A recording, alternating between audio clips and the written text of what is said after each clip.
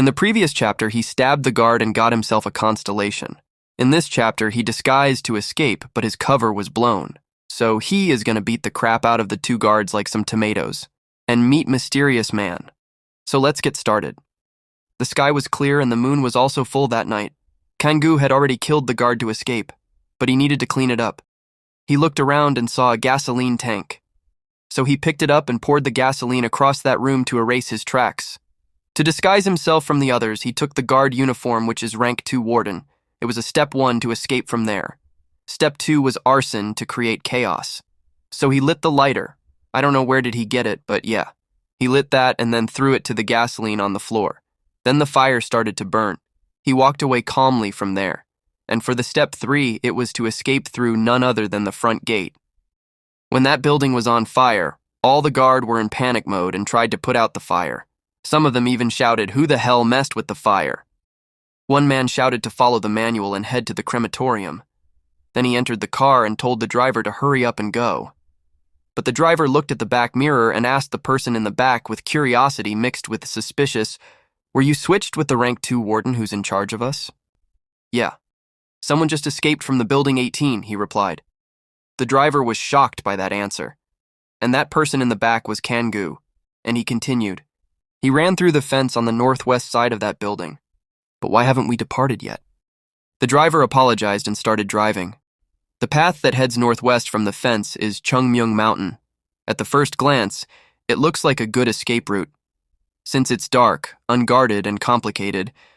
But in reality, it is full of traps laid by Eclipse, making it the most dangerous route. And Shin Kang-gu is going to use that information known exclusively to the wardens and escape. Kang-gu said, "We're trying to catch him on his way out to escape. Even if we lose him, we simply need to bring his corpse back."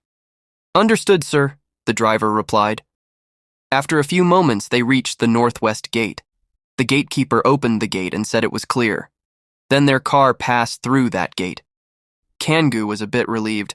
Finally, I'm getting past this shitty fence. Now they were on the highway. Alongside of it was full of tall and shady trees.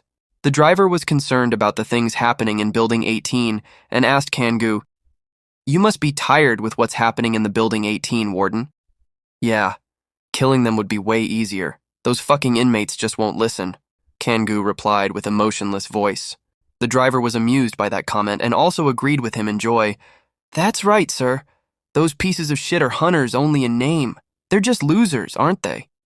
But the person in the passenger seat was suspicious of Kang-gu and asked, "By the way, Warden, how long have you been on duty in Building 18? After hearing that question, he calmly answered, "I came the day before yesterday." That person asked again, "You must have been working in Unit 9 then." Kang-gu replied that he was right. After hearing Kang-gu's answer, he commented, "Then Unit 9, which doesn't exist, must have been formed the day before yesterday, huh?"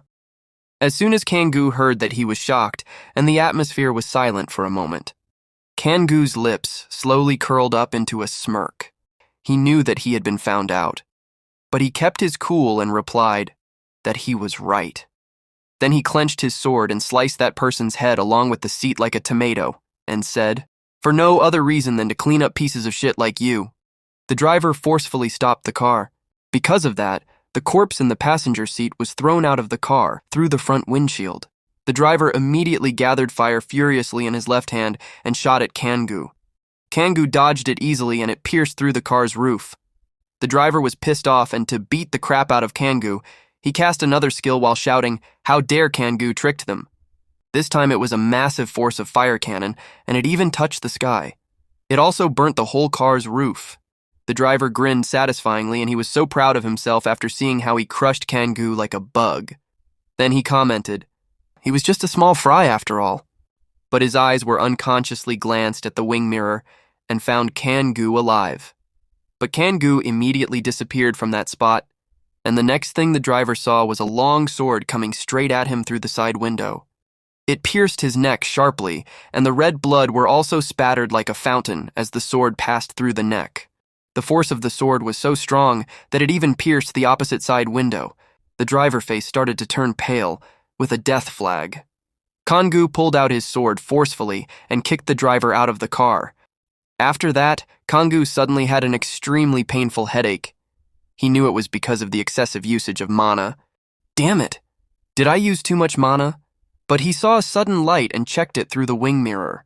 It was an annoying Partle car. He didn't expect that, but he said it would be the last hurdle for him to escape from that organization.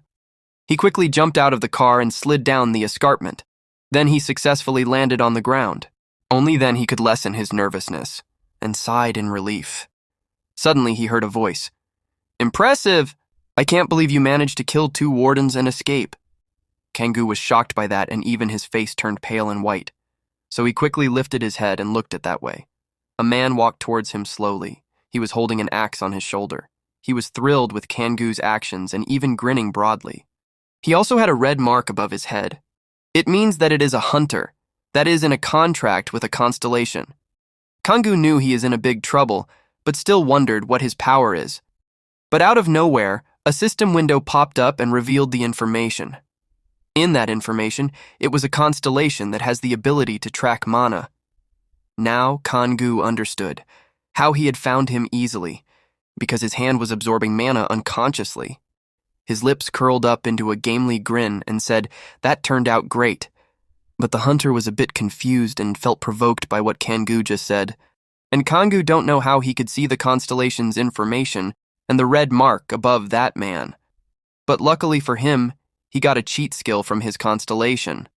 With his constellation, Dimension Looter's 3rd skill, he can loot any contracted constellations by killing another hunter. And the noti was showing that he was able to loot that target. Even though Kangu was in a dreadful situation, he began to overflow with excitement to use the constellation loot for the first time.